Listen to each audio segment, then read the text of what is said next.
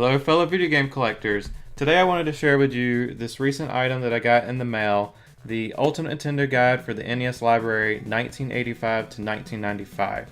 So this was written by Pat Contri, who is also better known as Pat the NES Punk. I backed this book on Kickstarter and just recently got it in the mail. This book, it's huge. It probably weighs about 5 pounds. It's extremely thick. It has over 400 pages of content.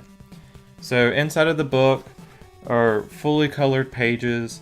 It has reviews and reflections for all of the North America NES carts, both licensed and unlicensed games. Each review has screenshots at the bottom.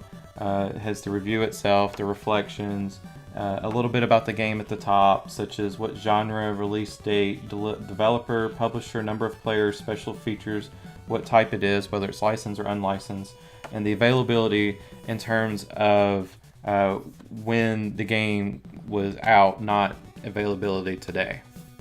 It also has reviews for the PAL exclusive NES region carts, as well as the HES exclusive NES carts, which is the Australian region, so it also has reviews for those. And there is a section on special promo cartridges, such as the Game Action Replay, the Nintendo Campus Challenge 1991, the Nintendo World Championships 1990, both the gold cart variant and the gray. And there is a section on test cartridges, control deck test, duck hunt, joystick test. There's apparently a Legend of Zelda test cart, a NTF2 test, port test, power pad test. Then there's this other section on all of the different cart variants for the North American cartridges. So for example, you've got Gauntlet, both the regular version and the 10-gen version. And you've also got Zelda both in the gold and gray variant. Then there's another section about the NES itself, all the different accessories, the controller, the zapper, the ROB, the NES Advantage, NES Max, Power Pad, Power Glove, NES Satellite, NES Force Score, Game Genie, and the NES Top Loader. There's also sections of essays written by different people of the video game community, including James Rolfe, who is also better known as the Angry Video Game Nerd. He did a section on horror on the NES. So there is just a ton of content in this book. Like I said, there are over 400 different pages, fully colored, just a ton of information in this book. So to give you an example of the quality of content in this book, I'm going to read the review for the Batman game. So Batman, genre action platformer, release date February 1990, developer Sunsoft, publisher Sunsoft, number of players 1, no special features, the type is licensed, and availability is very common, and they give it their score rating of 4 stars. So coming on the heels of the blockbuster Tim Burton Batman film, this action platformer stands out as a rare example of an entertaining movie licensed game.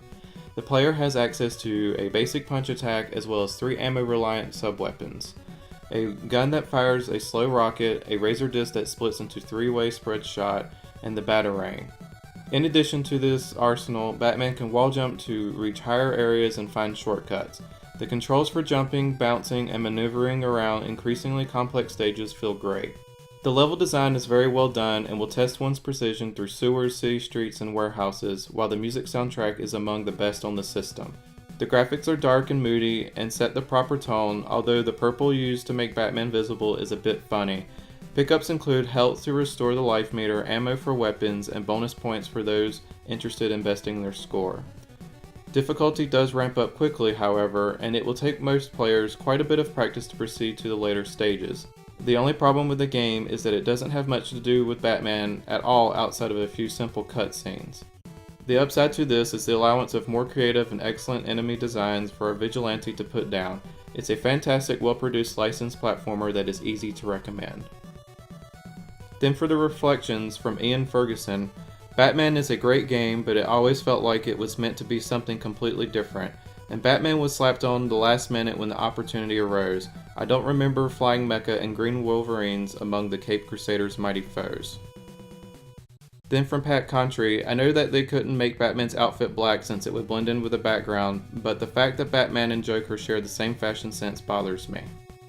Overall, I think this book is great and it has plenty of content to keep any NES fan happy for a long time, as it will take you quite a while to read over every single review and page in this book. I'll have links down in the description below if you're interested in getting your own copy. There's both this physical version as well as a digital format. If you found this video helpful, then be sure to give it a thumbs up. If you also bought this book, then let me know in the comments below what you also think about it. And if you're new to the channel, then be sure to subscribe. And remember, you gotta get the power up to beat the game.